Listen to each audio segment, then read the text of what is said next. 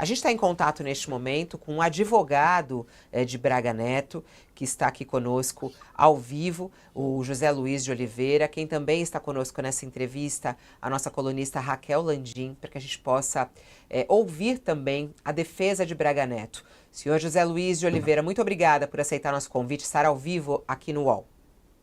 Bom dia. Bom dia, eu que agradeço o convite. Sempre bom encontrar vocês e principalmente meu amigo Josias, que eu tenho uma profunda admiração de muitos, muitos anos. Bom, vamos lá. O senhor já deu declarações dizendo que achou a denúncia, também fez críticas à denúncia, né? Queria que o senhor falasse como é que o senhor recebeu essa denúncia apresentada ontem pelo procurador Paulo Gonet e como é que o senhor a classifica?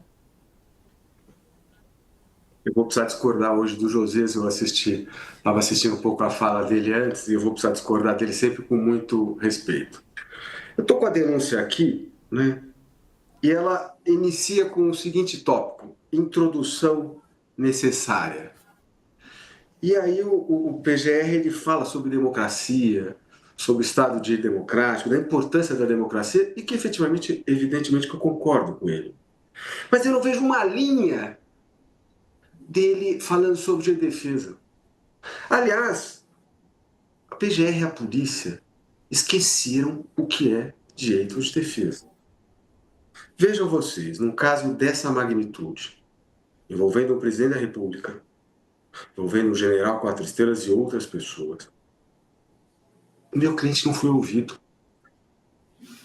Eu pedi para ele ser ouvido. Eu pedi ao Ministério Público, eu pedi à polícia, eu pedi ao ministro do Supremo Tribunal Federal para que o meu cliente, que estava sendo investigado, fosse ouvido.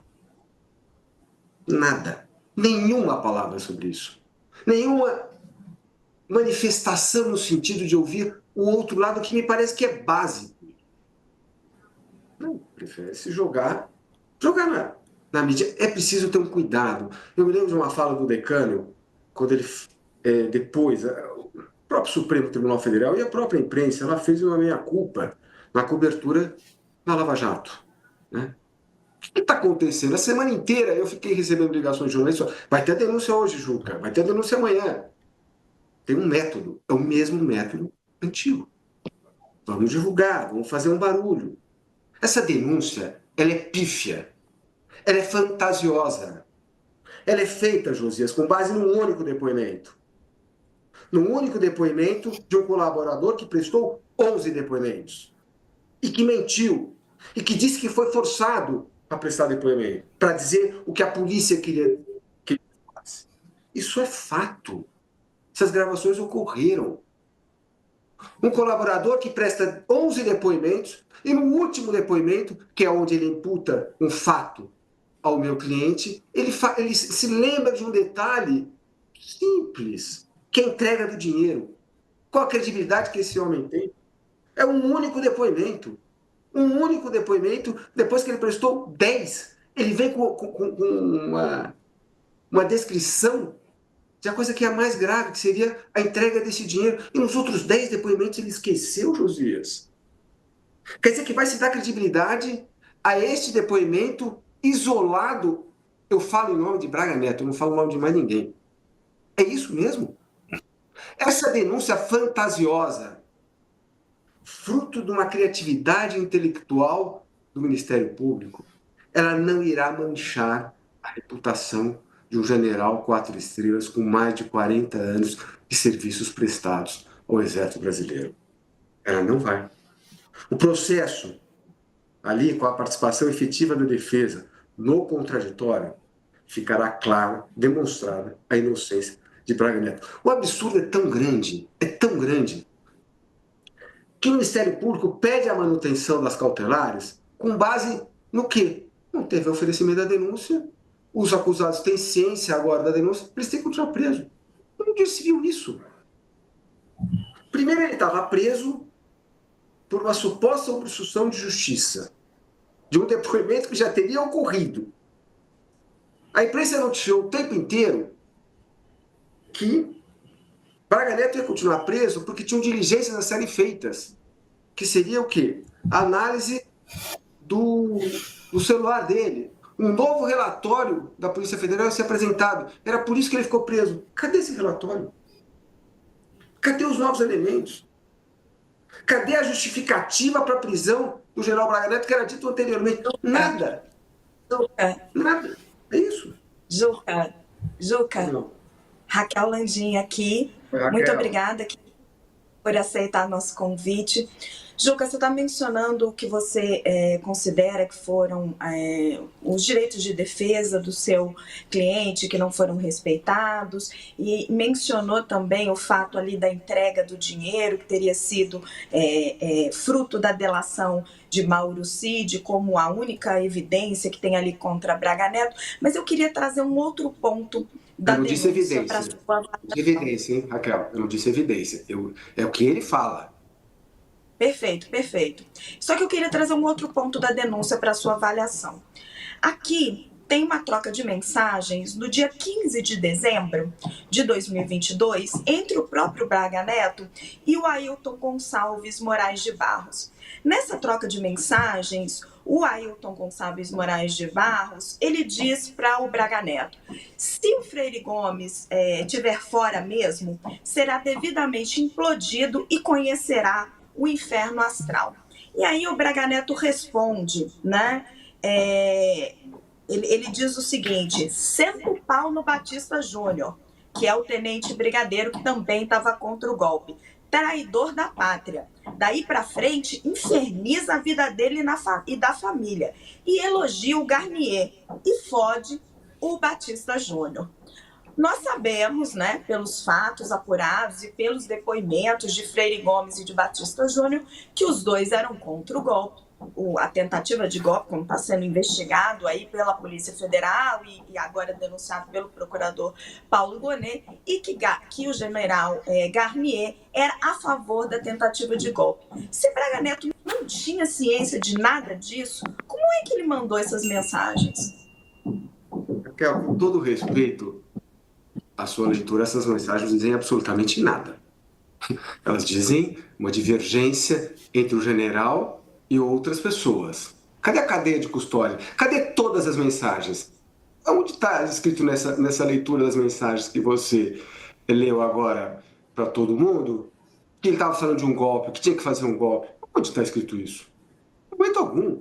E mais, mensagens jogadas e tiradas do contexto, pensadas e coloco o que eu quero, porque aí eu, Ministério Público, vou dar a interpretação que eu quero. Isso não existe.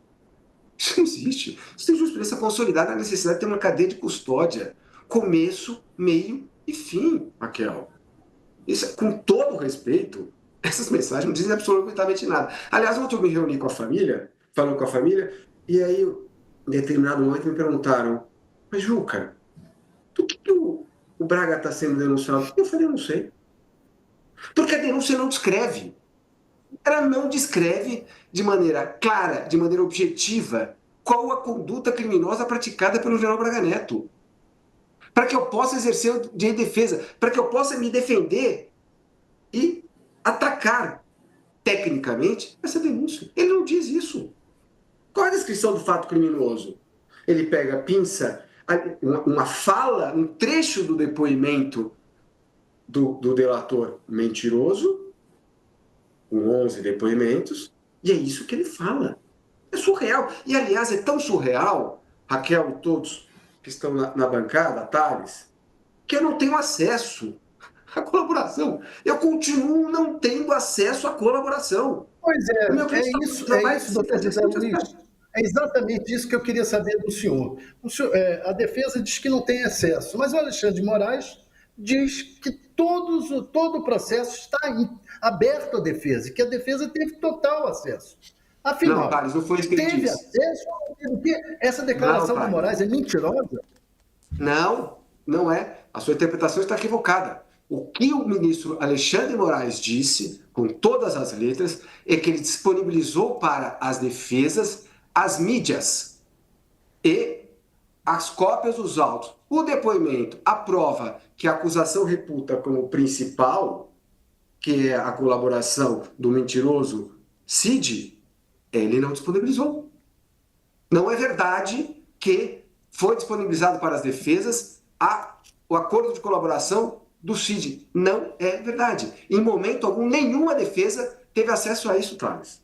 O que o ministro Alexandre fala é uma outra coisa, e essa sim é verdadeira, que ele disponibilizou depois de muitos pedidos das defesas, que fosse disponibilizado a essas defesas as mídias. Isso é verdade. Agora, Juca, muito bom revê-lo. E eu queria lhe perguntar o seguinte: você menciona a delação do Mauro Cid e classifica de mentirosa, né?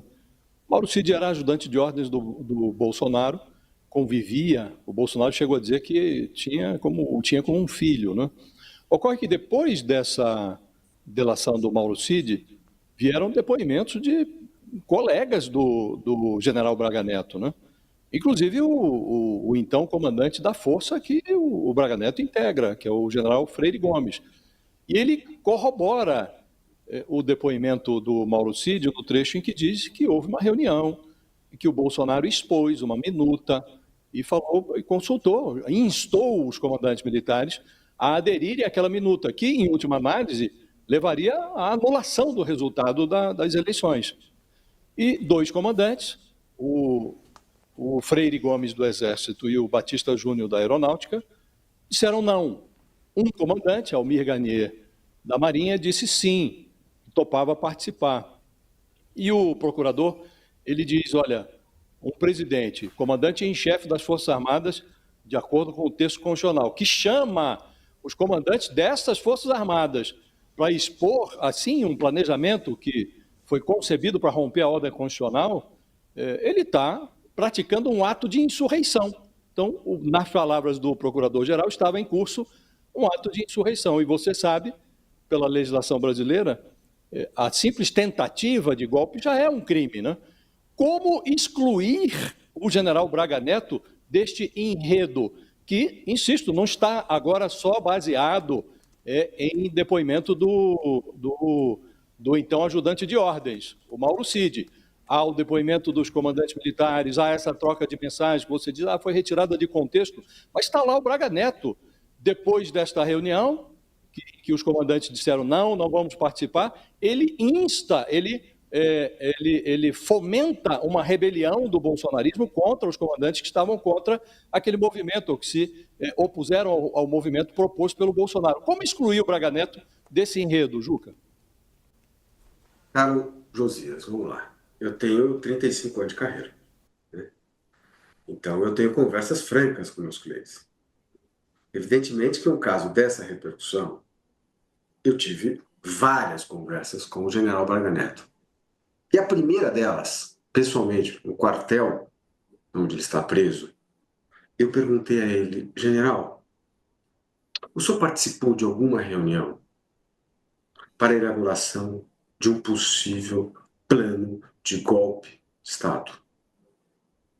Juca, não.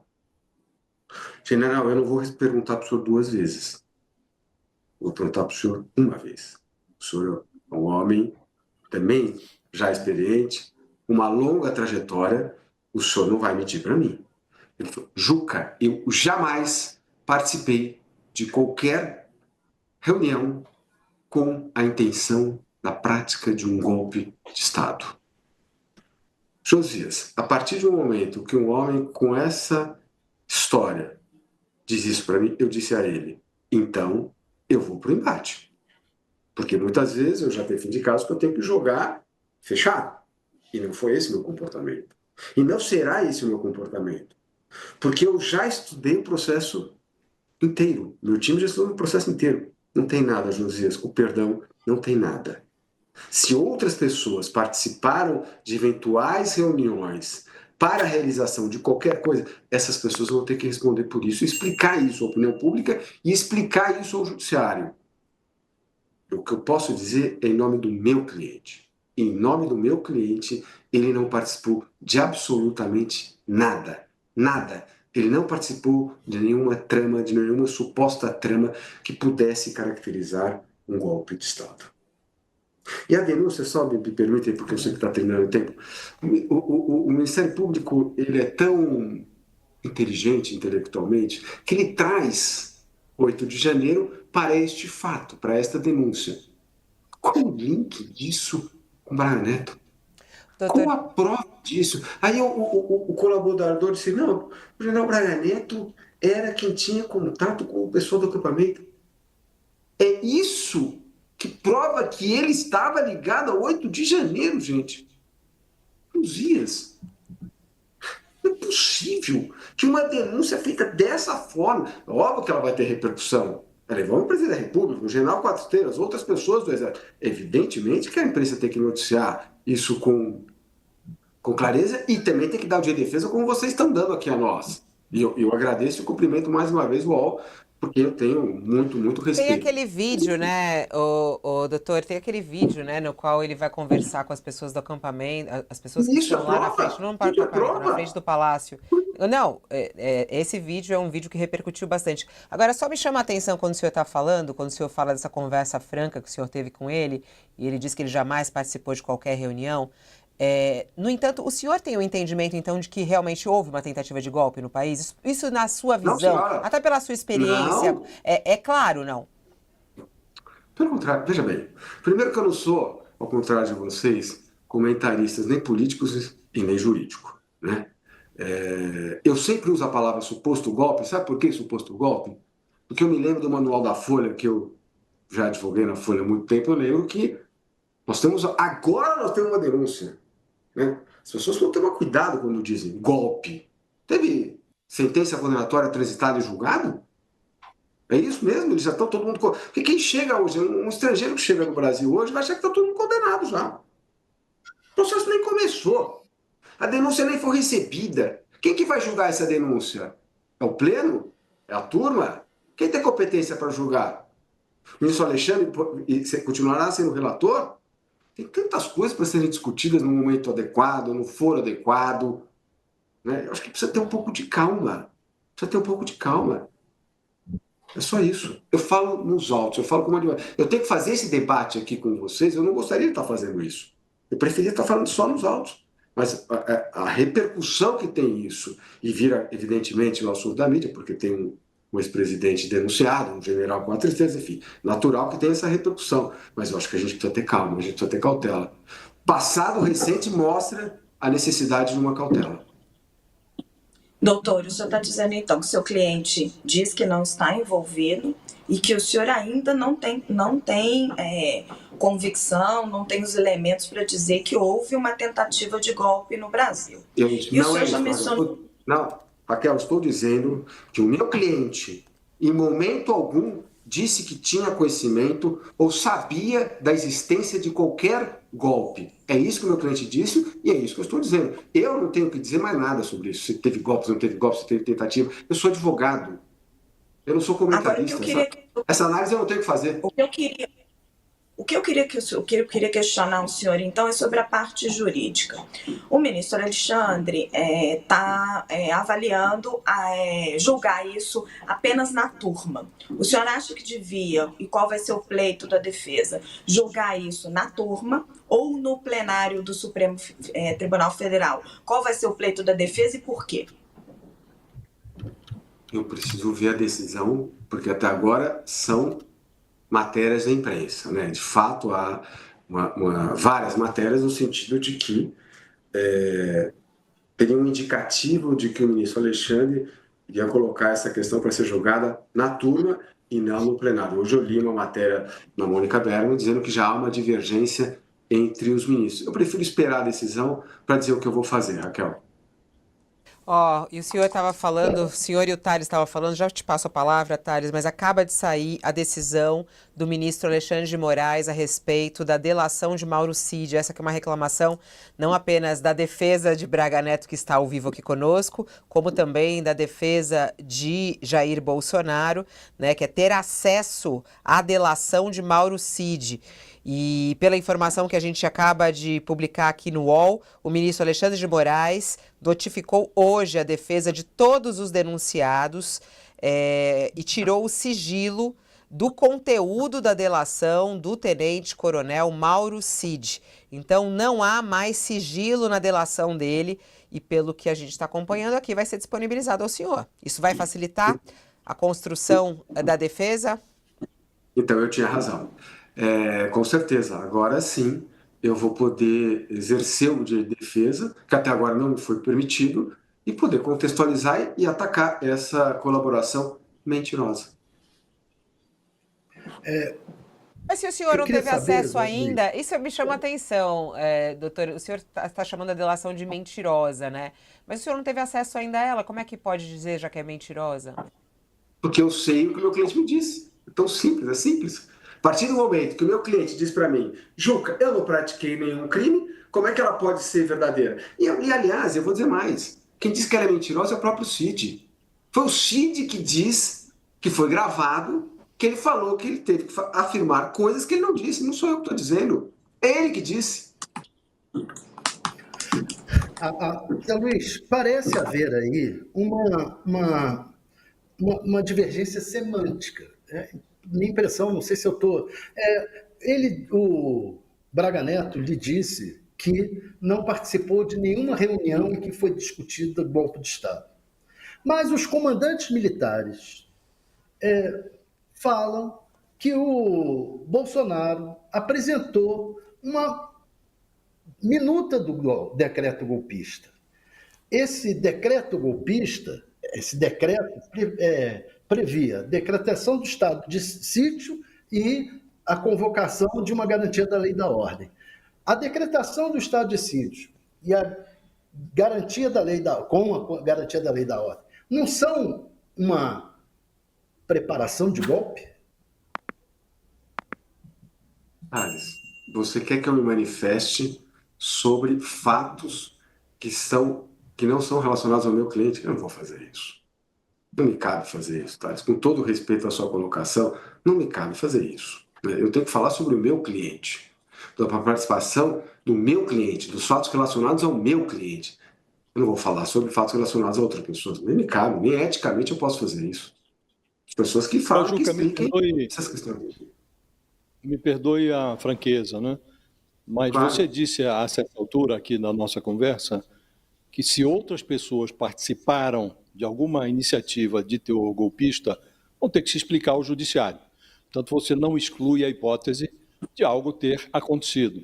E diz que o seu cliente lhe assegurou que não teve participação em nada disso, né? Agora, em respeito até ao general Braga Neto, que é um general, né? É um homem que tem carreira nas Forças Armadas.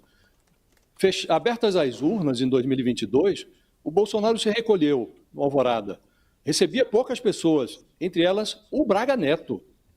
Aí o Braga Neto sai do palácio, pede paciência àqueles que estavam acampados na porta do quartel-general do Exército. Há essas mensagens todas, ele instando bolsonaristas a hostilizarem comandantes, colegas de farda, não é? Há essa delação do Mauro Cid, aos depoimentos dos comandantes. Fica a sensação, Juca, daí eu pedi perdão pela franqueza, que o general, ele não sendo golpista, como você sustenta, e é seu dever como advogado, ele é meio bobo. Porque participar e frequentar esta cena toda e não perceber o que ocorria ao seu redor, fica a sensação, e daí até a dificuldade da defesa, fica a sensação de que se tratava de um general meio atoleimado. Não lhe parece que falta consistência à afirmação que ele lhe fez em privado de que não participou de nada disso? Também sempre com muito respeito, Josias, o que falta consistência é a denúncia. Aliás, uma denúncia de 272 páginas mostra que não tinha nada, né? Porque quem escreve muito, escreve nada, né? Eu discordo de você, Josias, eu acho que não tem nenhuma consistência a denúncia, a investigação não tem nenhuma consistência para dar suporte a um processo e muito menos a uma condenação. Nós temos que lembrar que Braga Neto tinha saído do governo, que Braga Neto tinha disputado as eleições como vice-presidente, que ele estava longe, sim, do Palácio, e que ele, de fato, não participou. O fato de ele não participar das reuniões com o comandante do Exército, da Marinha, não quer dizer que ele era um bobo, Josias. Não quer dizer que ele não tinha mais respeito. Ele simplesmente não estava governo, ele não estava no palácio. E eu não estou aqui a dizer, e preciso ficar claro, que as pessoas se reuniram para a prática de qualquer ato ilegal. Eu não disse isso em momento algum. Eu só disse que eu falo pelo meu cliente. E o meu cliente, em todas as conversas que eu tive com ele, não foram poucas, porque ele está no cárcere há mais de 60 dias, ele jamais disse que participou de qualquer reunião que elaborasse um ato ilícito. É isso que eu queria falar. Eu efetivamente peço perdão, mas eu tinha um tempo de 15 minutos, eu preciso Muito obrigada. me afastar. Não, eu Agradecer muito agradeço. a presença de todos. Estou vendo aqui o Boulos aqui na tela. Um abraço a ele, que eu tenho profunda admiração. Um abraço a todos. Muito Um abraço aos obrigada. visitários todos. Raquel, Muito obrigada. um abraço. Obrigado. Ouvimos Juca, aí a obrigado. defesa de Braga Neto.